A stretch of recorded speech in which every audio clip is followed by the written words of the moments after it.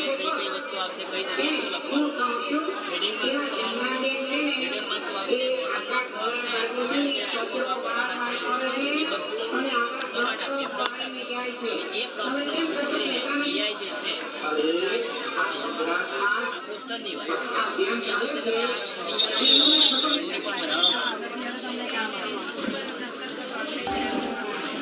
પણ લેતા હોય તો સમજો કે એને મારે પ્રકાશિત વસ્તુ પારદર્શક અને અપારદર્શક સમજાવવું છે બરાબર. તો આખો પાઠ સમજાવવાની કોઈ જરૂર નથી. આપણે મેઇન ટોપિક કહીએ છીએ કે વસ્તુ કઈ રીતે જોઈશે.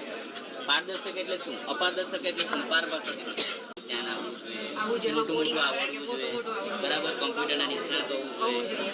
તો આપણે ઘણા જોઈને જતા રહીએ જે વાત કરતા છે તો કરતા છે પ્રેક્ટિકલી કઈ રીતે શક્ય પણ એકદમ ઇઝી છે. તમને ખાલી શું આવડવું જોઈએ, મોબાઈલ અને લેપટોપની સામે તો બધાને છે બરાબર, ઇન્ટરનેટનો ઉપયોગ કરતા આવડે બરાબર, વાંચવાની આપણે ક્ષમતા છે, આપણે વાંચી શકીએ કે મેં જે પ્રોમ્પ્ટ તૈયાર કરાવ્યું છે તે બરાબર છે કે આપણને એટલું ખબર છે કે મારો વિષય ગણિત સામાજિક છે તો આ સામાજિક એક વખત કન્ટેન્ટ આપણે ચેક કરી લેવું કે આને જે તૈયાર કર્યું છે બરાબર છે, બરાબર નહીં હોય તો એને કહેવાનું ભાઈ આમાં આ ભૂલ કરે છે પાછી સુધાર, એ જ ચાલુમાં એ પાછું ફરીથી નવું.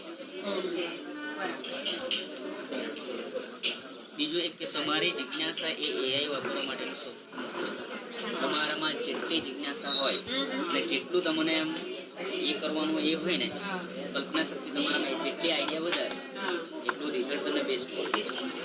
આ મેં તૈયાર કર્યું છું. આ એક મારા માઇન્ડમાં મને એવું થયું કે ઘર્ષણ ચેપ્ટર રોજબરોજના જીવનમાં કઈ રીતે મને એટલું પણ થયું કે ગામડાનું બાળક છે તો આખો માહોલ ગામડાનો ઉભો કરેલો છે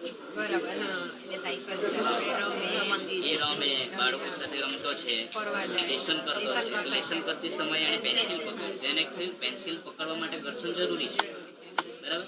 બીજી વખતે સાયકલ ફેરવવા, સાયકલ કઈ રીતે ફેરી, પૈંડા અને જમીન વચ્ચે ઘર્ષણ થયું એટલે ઘર્ષણના એના ફાયદા ખબર પડી જાય. પેન્સિલ પકડવા માટે, વસ્તુ પકડવા માટે, સાયકલ ચલાવવા માટે.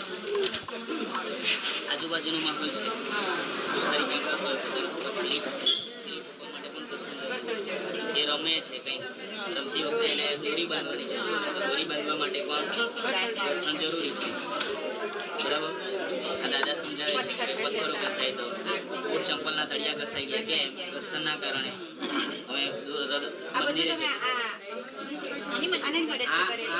ઇન્ફોગ્રાફિક પોસ્ટર આવી અને ત્યાં જ એક બીજો ઓપ્શન આવે સ્લાઇડ ડેસ્ક, એના પર ક્લિક પણ એના પ્રોમ્પ્ટ અલગ આવે.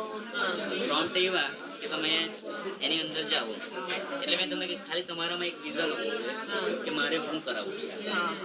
એને કહી દો કે ભાઈ મારે આ ઘર્ષણ વિશે બાળકોને સમજાવવું છે અને તેમાં બાળકો ગામડાનો બેકગ્રાઉન્ડ રાખવું છે બરાબર, બાળકો વાતચીત કરી રહ્યા છે, જુદા જુદા ઉદાહરણો દ્વારા મારે એક કોમિક સ્ટોરી બુક બનાવી છે.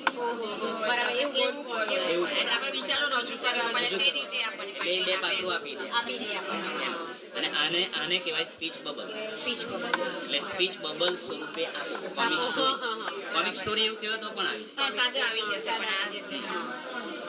એટલે અહીંયા ઘર્ષણના ફાયદા એને બધા અહીંયા ખબર પડી વસ્તુ પકડવા માટે એટલે આરામથી એની સ્થિતિ શીખ થઈ. એ પણ એ મેં છે ને ઇન્ફોગ્રાફિક પોસ્ટરમાં બનાવેલા છે, આ અહીંયા મૂકેલા છે તરલ ઘર્ષણ એ બધું, એ પણ એકદમ વ્યવહારુ રીતે અહીંયા તમે જુઓ. આ તમે વિજ્ઞાન લેવું આ જે છે બરાબર. તો અમે આ બાળકોને આપણા ચેપ્ટરમાં છે પ્રકાશિત વસ્તુ માહોલ એવો ઉભો કરેલો છે કે રમતના મેદાનમાં જ છે કે ભાઈ વસ્તુઓ કઈ રીતે જોઈએ. એક પહેલી આ બુઝોનો પ્રશ્ન કે આપણે વસ્તુઓ કઈ રીતે જોઈએ. પહેલી આપણને ખબર છે થોડી હોશિયાર છે. પહેલી એમ કે ભાઈ જો પ્રકાશની જરૂર છે એટલે એને પાછું સમજાય કે ભાઈ સૂર્યના પ્રકાશની કિરણો વસ્તુ પર પડે બરાબર જોઈ શકે એટલું માઇન્ડ એનામાં ક્લિયર થઈ. હવે પેલા એમ પૂછ્યું કે આ તો પ્રકાશ ક્યાંથી આવે, એને કીધું ભાઈ બધી મળી આવે. હવે એ લોકો રિસેસના સમયે ગયા દુકાનમાં જોયું તો ભૂજોને આ ભાઈ કાચની બરણીમાં કેમ રાખેલું છે. અહીં પૂછો પ્રશ્ન ભાઈ કાચની બરણીમાં જ રાખેલી હોય છે, ઘરે વાપરતા ડબ્બા કે પતરાની બરણી કે કેમ નહીં. એટલે પહેલી પાછું કે છે જુઓ કારણ કે કાચ પારદર્શક છે. બરાબર જે પદ્ધતિ આત્મા વ્યાખ્યા પારદર્શકતા એટલે એને પૂછ્યું પારદર્શકતા એટલે શું એને પૂછ્યું. બરાબર આગળ વધે કપડાની દુકાનમાં જાય બજારમાં ગયા પણ એ કન્સેપ્ટ ક્લિયર રમત રમે અહીંયા એક કોમિક જેવું પણ છે તું તો ભાઈ પારદર્શક વસ્તુની પાછળ સમજાય હા કઈ કાચ તો પારદર્શક છે અત્યારે એને ખબર પડે કાચ તો આ પારદર્શક છે. પછી આગળ ગયા તો કઈ વસ્તુની પાછળ મારે સમજાવવું જોઈએ કબાટ કબાટ અપારદર્શક બરાબર આગળ ગયો આ થોડું પારદર્શક સમજાવું એટલે પડદો આપણે જે આવે તે એનો ટોપિક અહીંયા સમરી